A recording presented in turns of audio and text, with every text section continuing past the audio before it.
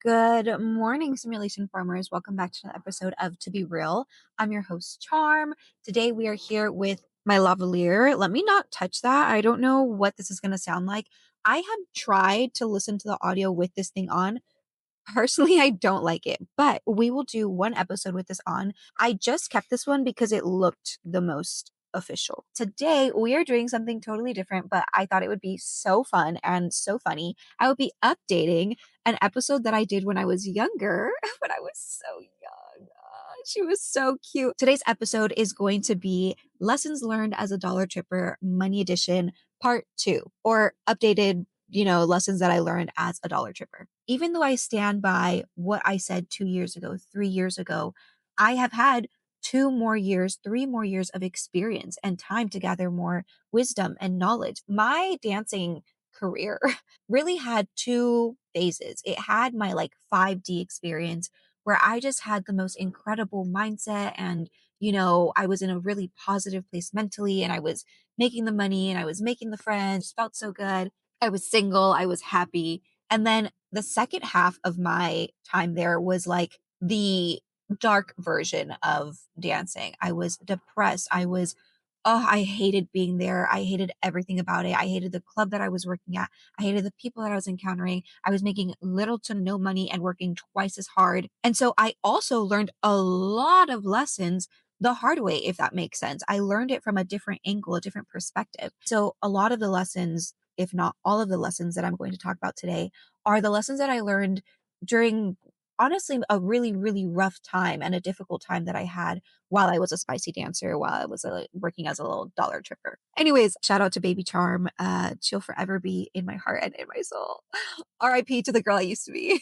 But yes, that being said, let's get right into the episode. Lessons learned as a dollar tripper, money edition, part 2.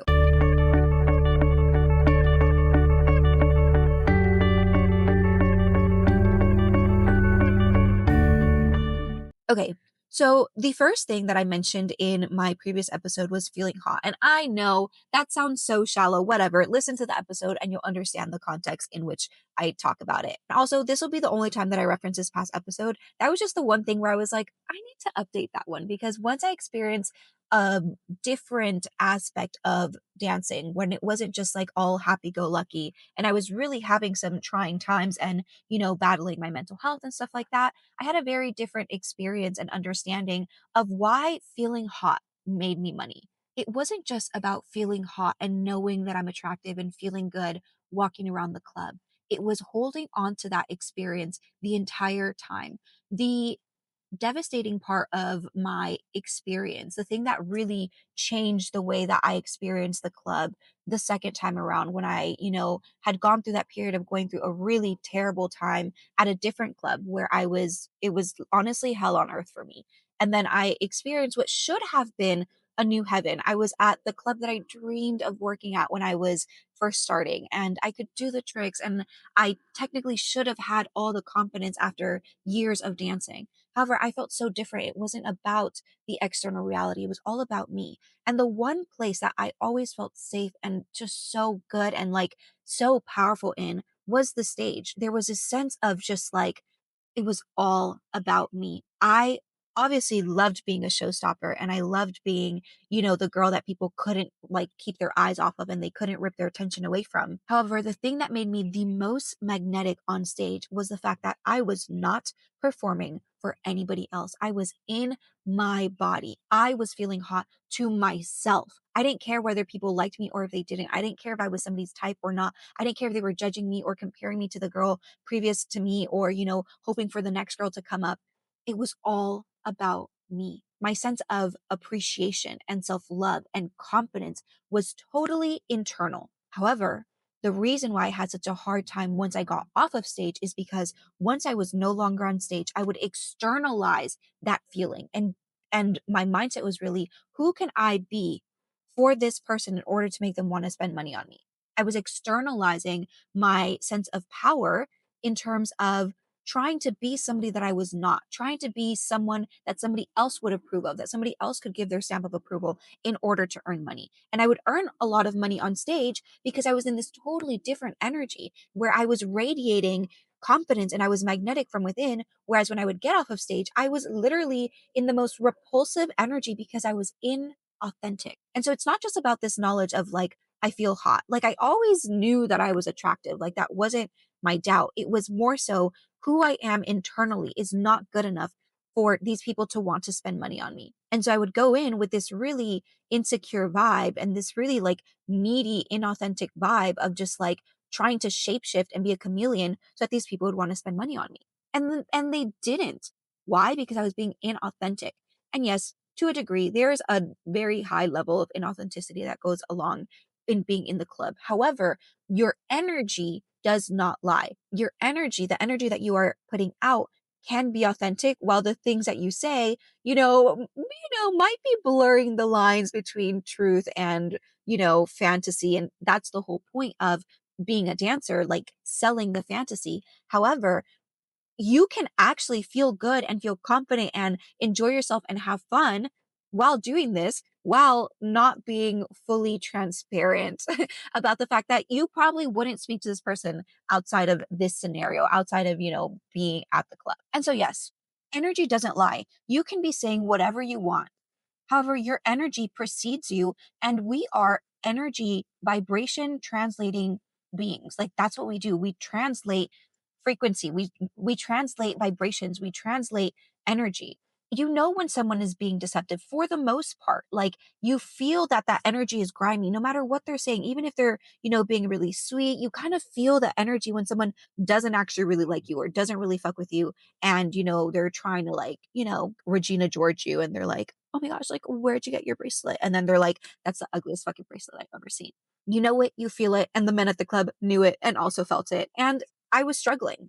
And so a huge part of making money is not externalizing your power per usual, reclaiming your power and being confident from within, trusting that you are magnetic, powerful, abundant from within, that you are worthy from within, that it doesn't matter if this person doesn't like you, that it doesn't matter if they don't spend money on you. There's other people here that would love to spend money on you, and those are the people that you want to align with anyways. And so keeping that feeling hot sensation all about you, not about feeling hot through the eyes of somebody else and how somebody else is perceiving you, but being in your body and feeling hot for yourself. When I was dancing on stage, for the most part, my eyes were open and I would like make unbreakable eye contact with these people. But there were times where I would just get lost in it and I would close my eyes and just like be in my own world. And the most magnetic thing is when someone is being so authentically themselves and that they're not performing for somebody else. I was on stage performing, but I was not performing for these people. I was being in my body and feeling so good, being sensual and, being seductive and feeling what that energy felt like coursing through my body. So not externalizing your sense of being feeling hot. You're hot from within, period. Next topic, resetting your mind. It's okay to take a break when things are not going well, when you're not making money, when, your energy is just off and you're repelling customers. It's okay to go to the back, sit down, take a break, breathe, reset your energy, and set a new intention for how you want things to be. I've talked about setting intentions previously, and, for the most part, setting intentions is about this internal shift. But when you set an intention and when you've gotten so good at setting intentions, you set intentions and you command reality at the same time. I would go back and say, as soon as I step out of this room again, I'm going to feel so good. I'm going to be magnetic. And as soon as I step out there, somebody's going to come and ask me for a dance. And it works every single time because I've decided to shift my internal energy and I've commanded the universe and am clear on what I am deciding. I am saying, this is the internal shift that I will experience because I have done this quote unquote ritual of going to the back, cleansing my energy. And after this, my energy will be transformed. And then commanding the universe and saying, this is what I want to experience as a result of my shift in energy. I want to experience a customer coming up to me and getting a dance from me. And now I'm making money. And it works every time. And once I do that, it's like the first dance and then dance, dance, dance, dance, or stage, dance, whatever. And so not letting the way you start the race dictate the way you finish the race. Just because you're not making money now doesn't mean that the whole night has to be dead. Doesn't mean just because your business isn't making money right now or this month and you're behind on your goals doesn't mean that that's the way that it has to end. At any point, you can choose to reset your energy, reset your intention, command the universe for what you would like to experience because that experience exists. It's in the vortex. It's right now in the unmanifested realm. However, vibrationally, it does exist. Everything exists vibrationally first. But that vibrational existence, that vibrational stage that it is not one that is not real. It's as real as it is on the physical plane. However, we don't tend to view our life through vibrational senses. We view it through the translation of vibrational senses, and we just believe things to be as real when we see it externalized in our external reality. However, that's not how that works. If you can believe and trust that your vibrational energy, that the things that are existing in vibration, the reality that you would like to experience, the thing that you are trying to manifest, that it already exists, even though you cannot perceive it, and you trust in that and you anchor yourself in that reality, your reality has no choice but to allow you to experience the physical expression of that vibration. And so, this concept that the way you start doesn't have to be the way you finish is all founded in this idea that one, you command your reality. And so, at any point, you can change your external experience. The way you start things does not have to be the way you finish things because you have the power to create your external reality. You have the power to dictate what you will experience in your external reality. And everything that you desire is already existing in a vibrational state. And you can align yourself with that energy at any point. Set your intention, command the universe. Another aspect of that is not being jealous of people. And I've never been jealous of other women making money. I don't know why. Other people making money just makes me happy, honestly.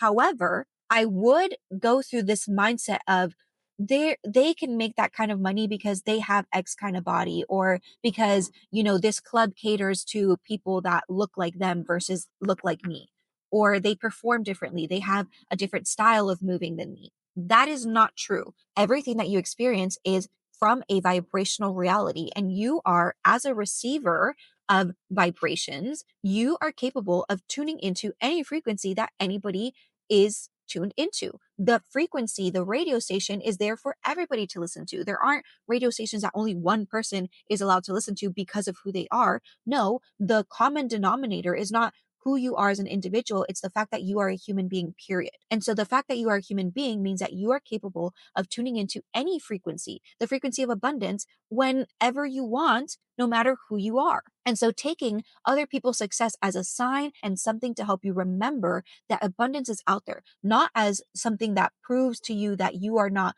good enough, or for some reason, only they make money and you don't really make money. No, it's something to help you remember abundance is out there. I'm not making money, but they're making money. So clearly, abundance exists. I'm not experiencing it in my current reality. However, it does exist. So using that as a reminder that at any point you can experience abundance, not bad mouthing them and being, jealous that they're making money.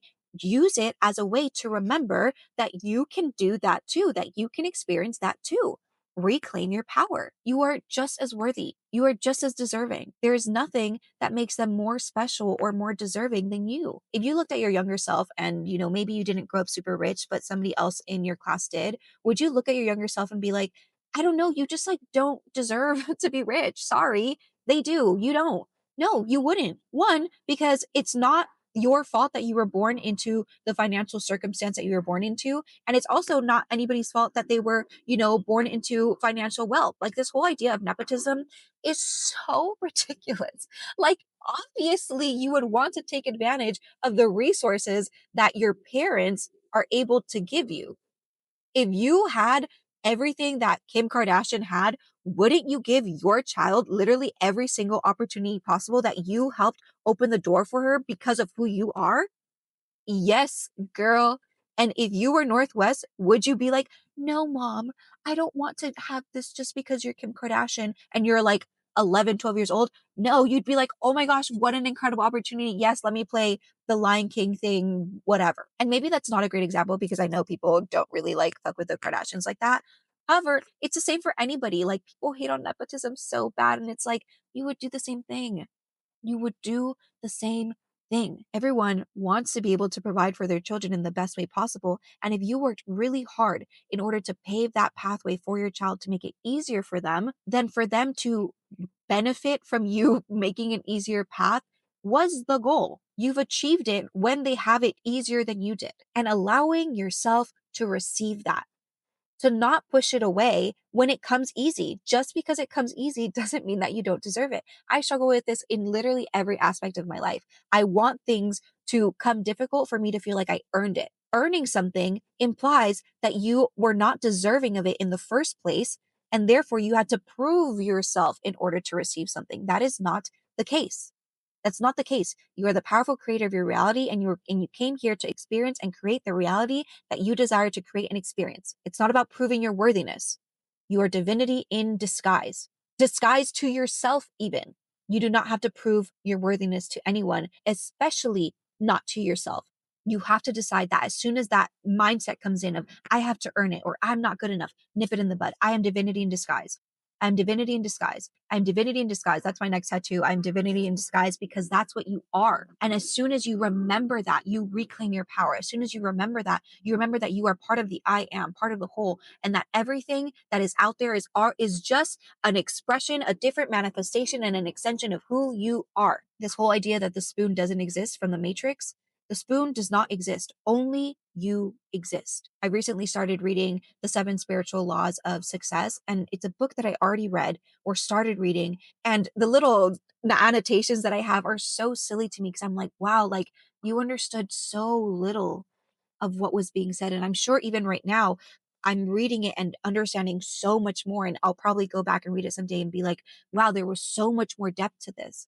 However, that's what I'm understanding so much more, that the spoon does not exist. That's not an analogy that they have.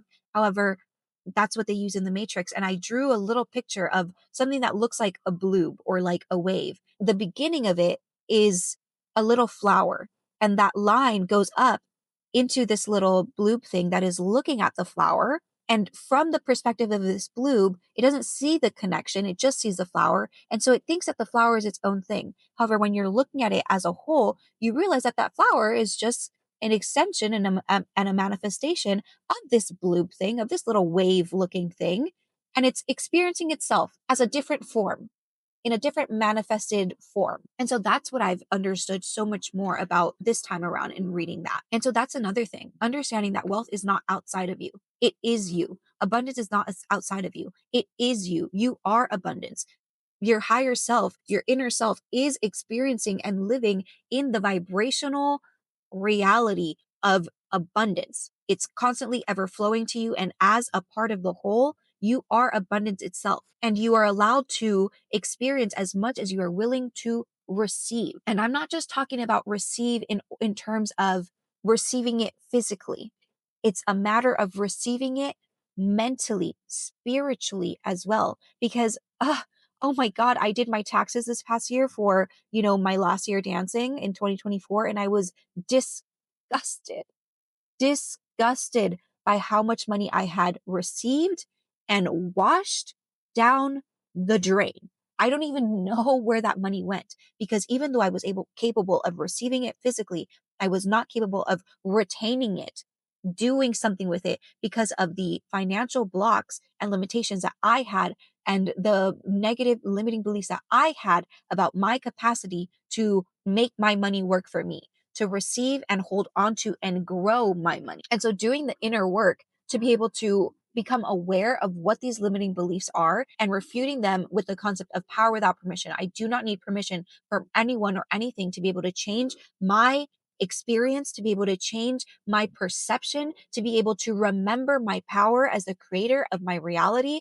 and as an extension of source itself, the one itself, the one with a capital T and a capital O. And so expanding a little bit on this concept of receiving, it's understanding that money is not something that you go out and chase and get. It's something that you align to. It's already there. It's already there. It's already an extension and a part of you.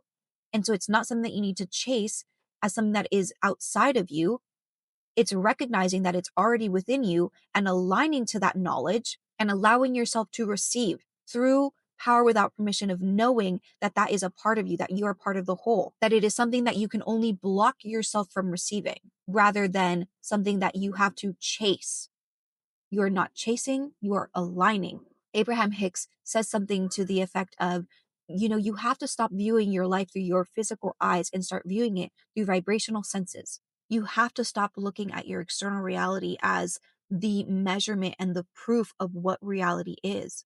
It's an illusion of separateness so that you could experience your own power. Stop chasing things. Begin aligning with them. Be open to receiving. Stay grounded within your body. Stay grounded in your sense of self acceptance and being enough for yourself. Allowing other people's experience of physical abundance to be a reminder of your capacity to also experience that reality. Not being passive in terms of your experience, commanding it, allowing yourself to shift your energy and your experience at any time. And lastly, being so grounded in the present moment and having as much fun as possible.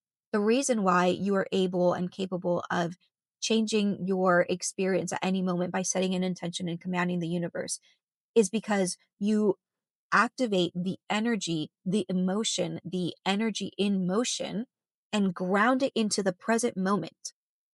And therefore, activate a new reality because you have placed the energy in motion. And now that is the reality that you are experiencing. When you allow yourself to be present, when you allow yourself to be in the here and now, you are now entering the eye of the needle, the only place that you can actually insert actual energy and power in order to experience a new reality. That is the only place that you can actually reach your unmanifested, untapped potential in order to align with it and experience it in your external reality. You have to be present. For me, being present means, in order to realign my energy, sitting down and watching the girls perform on stage. They are so beautiful. They are so talented. The music is so fun. The lights, like seeing them in the spotlight, seeing them express their beauty and sensuality and their divine goddess energy. I'm like, oh my God, I can only be present for this show. And then that's when people come up and they're like, hey, like, what are you doing? Like, why aren't you working? And I'm like, I don't tell them this, but I'm like, I'm grounding myself in the present moment. They're like, well, can we get a dance? I'm like, exactly. I was grounding myself in the present moment and enjoying myself. And now I'm a magnet to money. Because how would I feel if I was, asked to get a dance or if somebody, agreed to get a dance? I'd feel so happy and be like present and be like, oh yeah, like let's go do it. Like let's go have fun, whatever. I was already having fun. I was already having a good time. And I have a good time when I'm making money. Like that is the best part about dancing, making money slash being on stage for me personally. But also making money while being on stage. Like that does trump just being on stage and like feeling so good about myself. Being on stage and feeling so good about myself and making lots of money trumps it. What can I say? What can I say? So, yes, having fun, being present to the moment, and experiencing the emotions that you would feel gratitude, excitement, just having the best time. Because that is how you would feel if you experience your manifestation. You're never, intentionally manifesting something that would make you feel bad.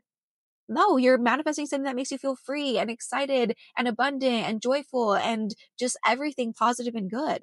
And so aligning to that energy by detaching from your desired manifestation, being here now, feeding your future with inseminating your future with the energy of positivity, of joy, of excitement, of fulfillment. I'm not looking for anything when I'm watching these girls on stage. I'm enjoying the show. Everything that I could want is already there.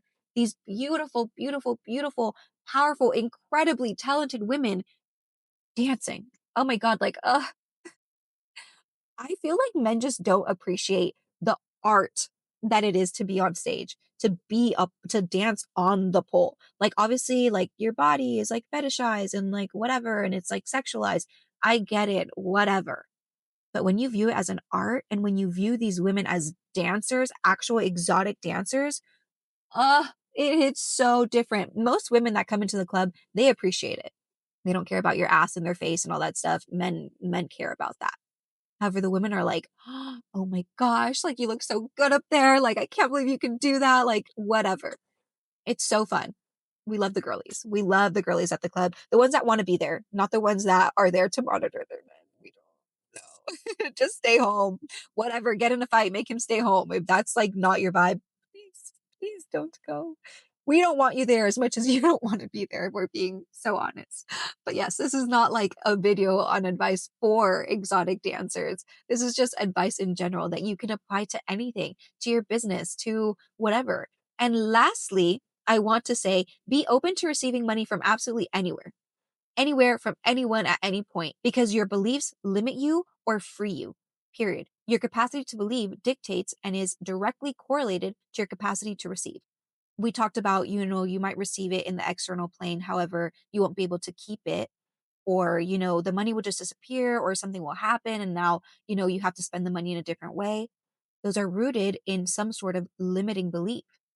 So your capacity to believe dictates your capacity to receive. And so if you believe that you can only get money from your 9 to 5, if you believe that you can only get your money from working hard, if you believe that, money doesn't grow on cheese and you can't just like get money out of the blue and, all of this stuff, that is what your experience will be, because you have limited your capacity as a creator to only experience that reality. You will only be able to create the reality that you believe that you are capable of creating. That is self explanatory. I don't even have to go that deep into it. So, yes, you are abundant. You are so incredibly abundant. Not even you are abundant, you are abundance itself. Align yourself to that frequency, to that energy. Understand that everything that you're experiencing starts in the vibrational realm. And so, to place the emotion and the thoughts and feelings and beliefs that are necessary to experience a reality that you desire to experience in the present moment, in order to create for yourself the reality that you would like to experience.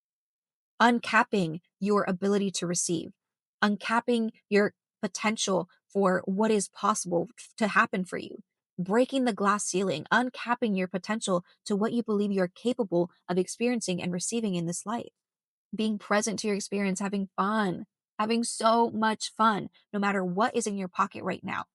Trusting and knowing that because you have set that desire in motion, that it is calling you to it, and all that it is asking you to do is to align yourself vibrationally to it. And that you are doing that by being present and infusing the energy that you would experience, the emotion that you would experience once you have your manifestation. You can do this. Have fun creating. You are the creator of your reality. I know it.